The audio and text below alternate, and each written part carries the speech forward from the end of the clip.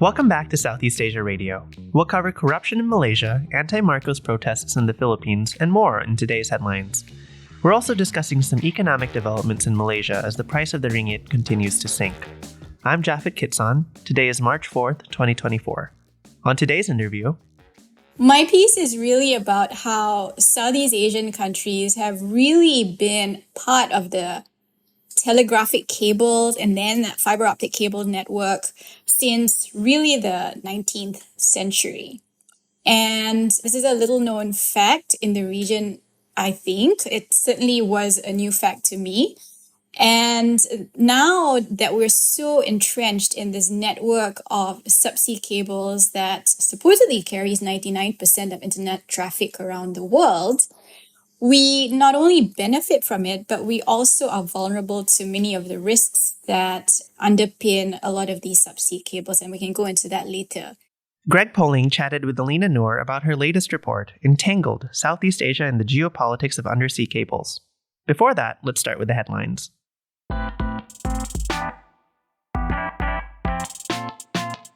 Hey Lauren, how's it going? Good. How are you? I'm doing good. Let's get started with our first headline. On February 25th, hundreds marched to Manila to mark the anniversary of the 1986 People Power Revolution that ousted Ferdinand Marcos Sr. The demonstrators vowed to prevent his son, Marcos Jr., from repeating the dictatorship. This comes after Marcos Jr.'s allies in the House and Senate ramp up campaigns to alter the ensuing 1987 Freedom Constitution. The protests rejected charter change moves which could potentially allow Marcos Jr. to remain in power by adjusting the existing 6-year one-term limit to the Philippine presidency. Meanwhile, Marcos and his allies maintain that they are mainly seeking to amend the charter's economic provisions to allow more foreign investment and create more jobs. Let's not forget, though, Marcos did comment on the alteration of term limits in the Philippine Constitution. He noted that the political aspects, including term limits, should be tackled later on. This didn't stop protesters from chanting "No to Cha-Cha" or "No to charter change" and wearing shirts and hats that vow never again. Right. So many protesters felt like they were watching history repeat itself under Marcos Jr. Another vocal opponent of charter change is former Philippine President Rodrigo Duterte, creating a very public rift between the Duterte and Marcos camps. The Duterte-Marcos view demonstrates how political alliances in the Philippines are often short-lived and instituted simply for politicians to make political gains ahead of elections.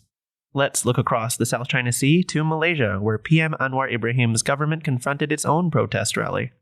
On February 27th, Undersea, an electoral watchdog organization, organized a rally near Malaysia's National Monument, attended by representatives from over 60 NGOs. The group called on the Prime Minister to implement reforms he had promised as an opposition leader, including those related to combating corruption and eliminating unfair electoral practices. Protesters also voiced concerns over recent acquittals and prison term reductions of indicted former politicians, including former PM Najib Razak.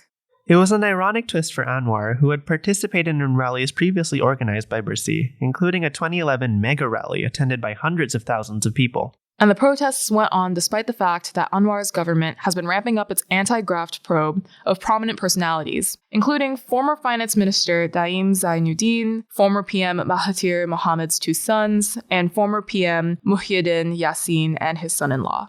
Still, the choice of targets has not escaped controversy. Yassin complained that Anwar was orchestrating a political vendetta, while Mahathir said on social media that his family is being politically victimized. These statements broaden accusations about the increasingly authoritarian nature of Anwar's government, including by former allies and supporters. Most recently, journalists and media watchdog organizations have complained that Malaysia's updated Code of Ethics for journalists may curb media freedom. Released on February 20th, the Code of Ethics was developed by the Information Department under the Ministry of Communications, raising concerns about new forms of state control under Anwar's cabinet. The government, for their part, argued that the code will assist in combating fake news, defamation, and other issues related to the advent of social media. Moving forward, Anwar's government seems like it has lots to juggle, from supporters and detractors alike. For our final topic today, we're looking at recent updates in Southeast Asia's response to the situation in Gaza. Recently, Singapore's former president Halimah Yacob made a strongly worded Facebook post saying that the ceaseless suffering in Gaza represented the degradation of the human soul. Yacob's call for people to stand on the side of humanity received support from others in Singapore, including a repost from Minister for Law and Home Affairs K. Shanmugam. Yaakov's emotional statement is atypical for politicians from Singapore, but with recent criticism for how Singapore is teaching about the war in schools, it might be an unofficial channel to express frustration with Singapore's approach to the conflict. Always a friend of all in its foreign policy, Singapore has condemned both Hamas's October 7th assault on southern Israel, as well as the rising death toll in Gaza. Other Southeast Asian nations have been a bit more vocal in their stances. In late February, Indonesia called on the ICJ to deliver an advisory opinion to stop what they consider Israel's unlawful occupation in the Gaza Strip. Indonesia's support for Palestine goes back decades. Indonesia was the first country to recognize the state of Palestine in 1988 and has no formal diplomatic ties with Israel. This stance aligns with the strong pro-Palestinian views of Indonesians across the Muslim-majority country. Right. Many in Indonesia are participating in a boycott of international companies accused of financing Israel. We're seeing this trend in Malaysia, too. Boycotts throughout the country are bringing down revenue in businesses in Malaysia seen with links to the US and Israel. In some cases, it seems to be working, though some still found it too neutral. Starbucks Malaysia recently broke its silence on the conflict with a statement condemning violence and the loss of life. On the other hand, there has also been some trouble with pro-Palestine organizing in Malaysia. Malaysia's Kuala Lumpur High Court is charging leaders of a local pro-Palestinian NGO for misappropriating some US $17 million sourced from the public donations. The NGO claims to provide emergency, welfare, and humanitarian aid to Palestinians for as long as they remain in conflict with Israel. But 4 kilograms of gold bars at the organization's office have cast doubts and sparked a sense of betrayal amongst Malaysians seeking to do what they can to support the Palestinian cause.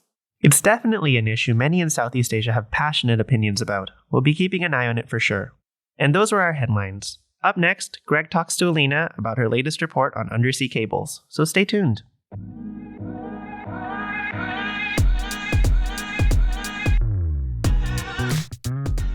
Welcome back to Southeast Asia Radio. As always, I'm Greg Poling with the Center for Strategic International Studies, joined by co-host Elina Noor with the Carnegie Endowment. Howdy, Elina. Hi, Greg. Welcome back from your travels. Thank you so much. Yeah, I'm fresh from 2 weeks in the region, Australia, Thailand, and the Philippines, and coming down with a bit of a cold courtesy of a packed flight back. So hopefully I stay lucid for the next 20-ish minutes to record this. Anywho, our special guest today is, let me check my notes, why, it's Elina Noor of the Carnegie Endowment. Hey again, Elina. What? Nobody told me this. And today we're going to talk about Elina's newly published report, Entangled, Southeast Asia and the Geopolitics of Undersea Cables. I don't think we've done an episode on undersea cables so far. We've done digital economy a couple times and AI, but this is going to be new for us. So, Elina, what's the thesis of the article? What's going on with undersea cables in the region? In choosing the title for my piece, I was trying to go for a Disney theme. And Frozen came to mind, but given the waters of Southeast Asia are generally warm, I decided to go with Entangled instead. That, however, is not the thesis of my piece. Thankfully, my piece is really about how Southeast Asian countries have really been part of the telegraphic cables and then that fiber optic cable network since really the 19th century. And this is a little known fact in the region. I think it certainly was a new fact to me. And now that we're so entrenched in this network of subsea cables that supposedly carries 99% of internet traffic around the world, we not only benefit from it, but we also are vulnerable to many of the risks that underpin a lot of these subsea cables. And we can go into that later. But the risks are not only physical damage to the subsea cables, but also like geopolitical risks that many discussions on subsea cables in Southeast Asia don't generally cover. It's all about the economy, it's all about investment in subsea cables, but we don't actually seriously reflect on some of the risks that are actually being brought out by allegedly the attacks by the Houthis on cables in the Red Sea now. So basically, we have these risks surrounding subsea cables, but Southeast Asian countries are not sufficiently or adequately talking about it. Okay. First of all, let me break in. I don't know if you actually picked the name as a reference to Tangled, but as the father of a 6-year-old and one who grew up during the pandemic, I'm having terrible flashbacks. Not only have I seen Tangled many times, I had to watch all of the Disney shorts and I think 2 or 3 seasons of the Disney TV show more than once that serve as a sequel to the actual movie. So it was meant to be provocative on many levels, and I'm glad it delivered. Okay, I really appreciate that. So undersea cables are like the evil black rocks that make up the plot line of the Disney show, for those who haven't seen it. Okay, on to more important matters. Before we get to the 21st century, you've got this whole interesting intro about Southeast Asia's role in 19th century telegraph cables. So why was Southeast Asia so central to the birth of the telegraphic network in the 19th century? So surprise, surprise, Southeast Asian countries had these resources that were really crucial to insulating the telegraphic cables in the 19th century. And those telegraphic cables were mainly from the center of the British Empire to other European capitals, and they provided. So if you speak Malay or Indonesian, you'll know that the word getah means rubber. And there's a specific species of rubber trees in Southeast Asia called getah perca. And getah perca was this latex that was the main insulant for these telegraphic cables. So Southeast Asia provided the raw materials for these telegraphic cables. And the getah perca tree almost went extinct as a result. Almost went extinct. Yeah, the yield from each tree was so inadequate given all the labor that went into it, and it nearly caused a large-scale environmental destruction of that particular species of trees. Okay, this is not necessarily directly relevant to today's issues. Just before we get into U.S.-China competition, I wanted to frame a British problem to start off the conversation. It's indirectly related, right? Because it goes to the heart of how Southeast Asia has always been in the middle of these power dynamics. Yes, but it's always useful to deflect by blaming the Brits before we get into what's going on in U.S.-China competition. You said it, not me. That's fine. Now let's get to the part where we blame the U.S. and China. Can you pick apart a little bit the kind of unenviable, although maybe a little bit enviable position of Southeast Asian states now as we see this bifurcation of cable networks, current undersea cable networks between the U.S. and China? How does the region try to mitigate the risks while maybe maximizing benefits in this competition? Yeah, where to start? So one of the examples that I pick on in my piece goes back to about 20 years. And this relates to the bankruptcy case of a company known as Global Crossings at the time, which was basically kind of the main supplier of cables stretching 5 continents and 200 plus countries, I think. So when Global Crossings folded, there was interest by a Singaporean company and a Hong Kong-based company in buying it out. But the US government decided that there would be too much risk in a Hong Kong-based company having a stake in whatever the new iteration of this company would be. And so the Singaporean company ended up buying over 2/3 of shares in Global Crossings. But the US insisted that there be a number of conditions attached to that purchase because it touched on US interests. And some of those conditions included things like the setting up of a subsidiary that would have a board of directors comprised of former US officials still holding security clearance, that would have kind of a network operations center that US government officials could visit within a 30-minute notice. And so from even 20 years back, you saw some of these backroom decisions being made that would impact the functional utility of submarine cables that crisscross the whole world. Fast forward to 20 years on, you see the same kinds of dynamics in place. There is an intergovernment agency that is unofficially known as Team Telecoms that comprises a number of US key agencies, including the US DOJ, including Defense, I think, and some Homeland Security. And so this interagency group has a lot of say on what happens with subsea cables because it touches on US interests. Another modern day example I draw on is kind of the Pacific Light Cable Network that was initially conceived of as directly connecting Hong Kong to Los Angeles, but had to be rerouted for national security reasons to bypass the Hong Kong landing point. And so Pacific Light Cable Network will now instead be routed through other Southeast Asian countries, which goes to your point, Greg, about countries in the region benefiting from this, whether in terms of actually getting the bandwidth or in terms of investment. So, pros and cons. It's kind of my long answer to your question. Yeah. And most of the major cables being laid at the moment are being controlled by the major Western multinationals, right? Meta, Alphabet / Google. And so the need to diversify away from China to avoid landings in Hong Kong or the mainland, I assume that is a net benefit to South Asia, right? We are seeing more landings in South Asian countries than we otherwise would have. That is true, but I don't know if that's a function of these developments. I think it's a natural outgrowth of the fact that there is a demand for bandwidth in Southeast Asia that's ever growing. But I don't know if the benefits outweigh the costs, honestly, because a lot of discussion, as I mentioned in the beginning, in Southeast Asia around subsea cables has been on kind of the investment opportunities, employment opportunities. We haven't really talked about the national security risks to Southeast Asia. A lot of these subsea cables are underpinned by national security agreements that companies like Google and Meta have with the US government.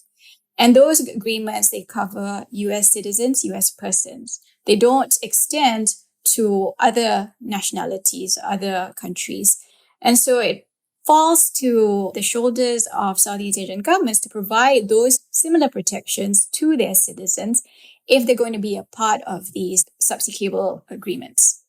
So there's, I think, two categories, although maybe you have others, but in my mind, two categories of at least state-backed potential security threats for countries who are dealing with the security of their subsea cables. One is the threat of tampering or cutting cables as punishment or even just as collateral damage in a conflict. And we hear this in the context of the South China Sea a lot. I know the Philippines gets worried about this, right? We want to minimize, if you're the Philippines, you want to minimize your reliance on subsea cables to Hong Kong or the mainland, because what if China gets angry enough at you to sever them? And then the second that you're talking about is the threat of violations of data privacy, scraping up your citizens' data, et cetera, for which the U.S. presumably feels some degree of safety because since the Edward Snowden revelations, it's become legally more difficult for the U.S. government to just scoop up data on most Americans. But the U.S. government is still totally free to scoop up data on the citizens of every other country on Earth. So diversifying cables away from China might benefit the U.S. on both of those counts, but only clearly benefits Southeast Asia hypothetically on one of them. Just means that only the U.S. can spy on Southeast Asia. Is that a fair way to frame it if you were a cynic in Southeast Asia? Absolutely. And I am a Southeast Asian cynic, so that is fair. The two categories of risks that you pointed out, I think, are accurate unless I'm missing others. So there's a physical risk of damage to those cables themselves. We saw, Vietnam between 2022 and 2023 had all 5 of their cables damaged in some way. And so that meant that a lot of the country's internet was offline for a bit.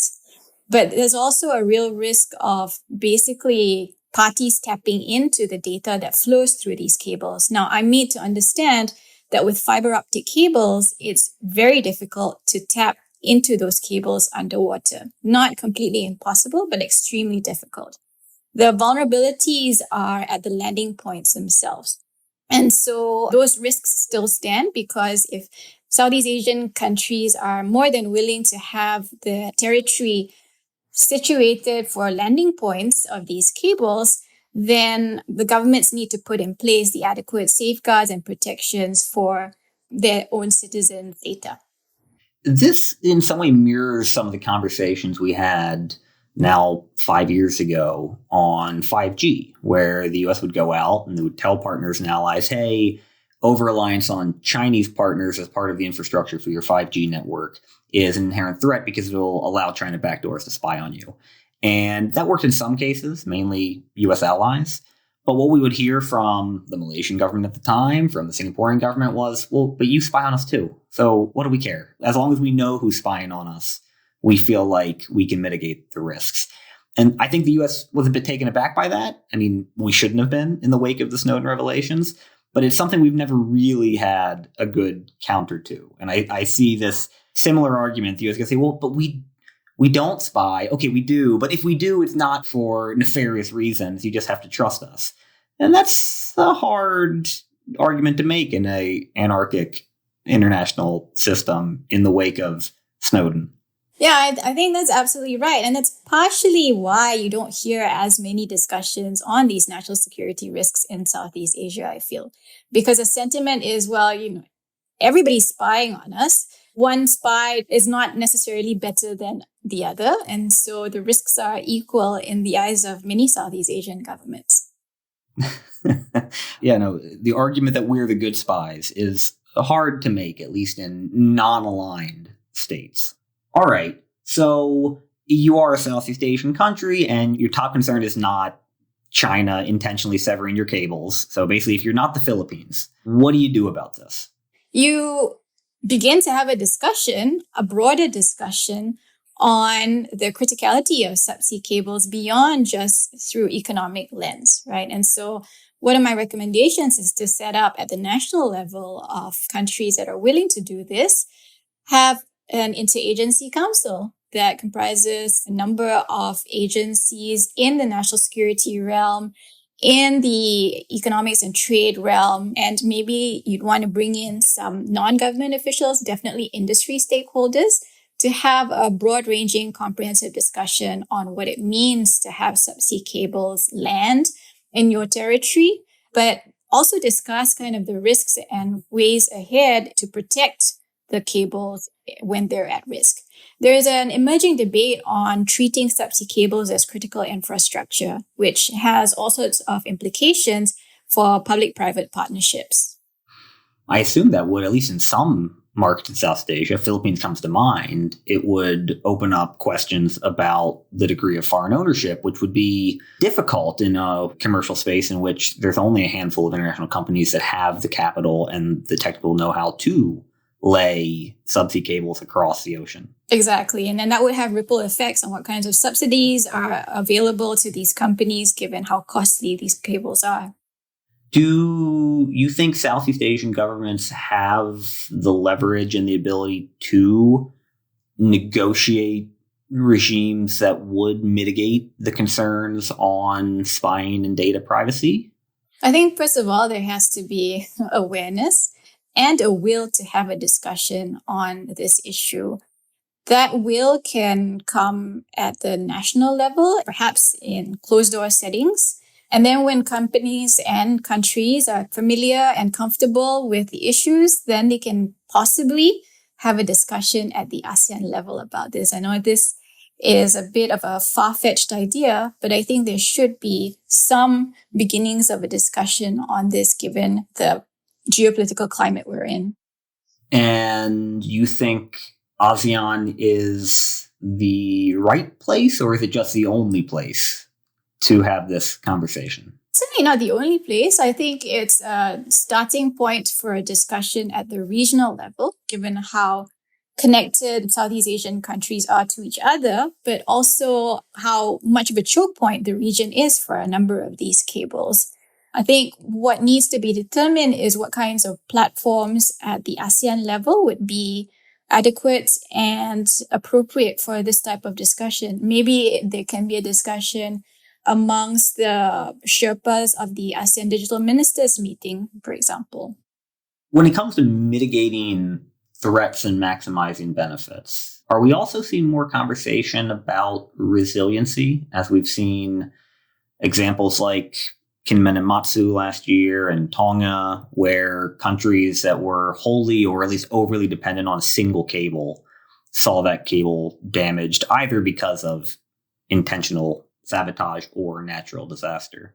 Yeah, I think there's definitely an appetite for some geographical diversity of these cables. One of the fallouts from geopolitical competition in and around Southeast Asia with regard to subsea cables is the fact that I go into this a bit in my piece, is that the Simiwi cable, so if I get this right, Southeast Asia, Middle East, Western Europe cable, that was originally... Good job, by the way. Thank you. There's so many acronyms. Oh my God, it's confounding.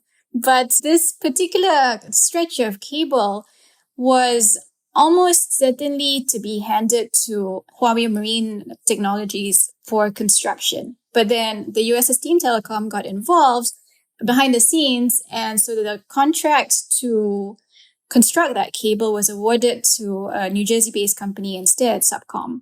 As a result of that, the Chinese companies pulled out of the conglomerate and decided that they would build their own cables in a parallel line that goes to more or less same countries as the Simiwi cable.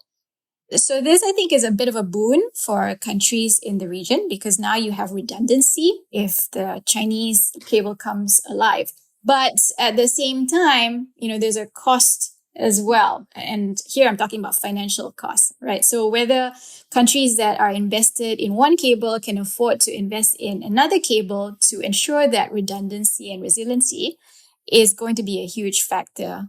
So again, there are all these different factors to where you want to have resilience, you want to have redundancy, but can you afford it is going to be a big question mark. Does the attraction of more landings become somewhat zero-sum for the region? I'm thinking, for instance, of the way that attracting data processing centers became a bit zero-sum, right? If you build your data processing center in Indonesia, you're not going to build another one in Malaysia or vice versa. And presumably, if you make a cable landing in the Philippines, you're not then going to need to make another one in Indonesia. So does that competition threaten to undermine the regional collaboration that you think is necessary? Yeah, that's a really good point. Thanks for bringing that up. This was a huge point of contention that made national news in Malaysia when Google and Meta decided to have their cables land in Singapore and Indonesia instead of Malaysia. And a lot of discussion in Malaysia blamed the Malaysian government's cabotage policy. My own sense was that there wasn't enough discussion on kind of the national security risks of having those cables have their landing points in Malaysia. But again, you see the considerations around subsea cables and where they land very heavily premised on kind of economic and investment opportunities. So by having those cables routed through Indonesia and Singapore, Malaysia has lost out in terms of investment and employment opportunities. So yes, I think it would hamper real and meaningful regional collaboration. And that's cabotage being the legal requirement to use Malaysian flag vessels within the country. So technically, it's not a requirement. It prioritizes Malaysian vessels over others. Okay. To harken way back and show my age, this reminds me of the fury in Indonesia now more than 10 years ago when BlackBerry built its only regional headquarters in Malaysia instead of in Indonesia, even though Indonesia was the largest market on earth for RIM headsets at the time. Really? I did not know this.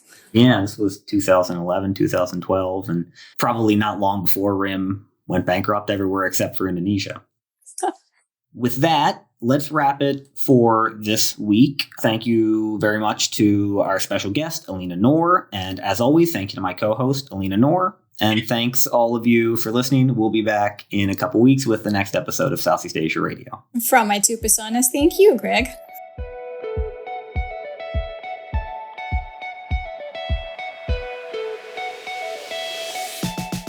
Thank you again for joining us for this episode of Southeast Asia Radio. Write us with any comments, questions, or feedback at searadio@csis.org and we'll get back to you. Do us a favor and subscribe. Give us a rating on Apple Podcasts or Spotify or whatever streaming platform you listen to us on. Tell your friends about us. Marla Hiller is our producer, and our interns are Angus Lamb, Corey Donnelly, and Tappy Lung. Our co-hosts today were Greg Poling and Elina Noor. My name is Japhet Kitsan. And I'm Lauren Mai. And we'll see you in 2 weeks for another episode of Southeast Asia Radio.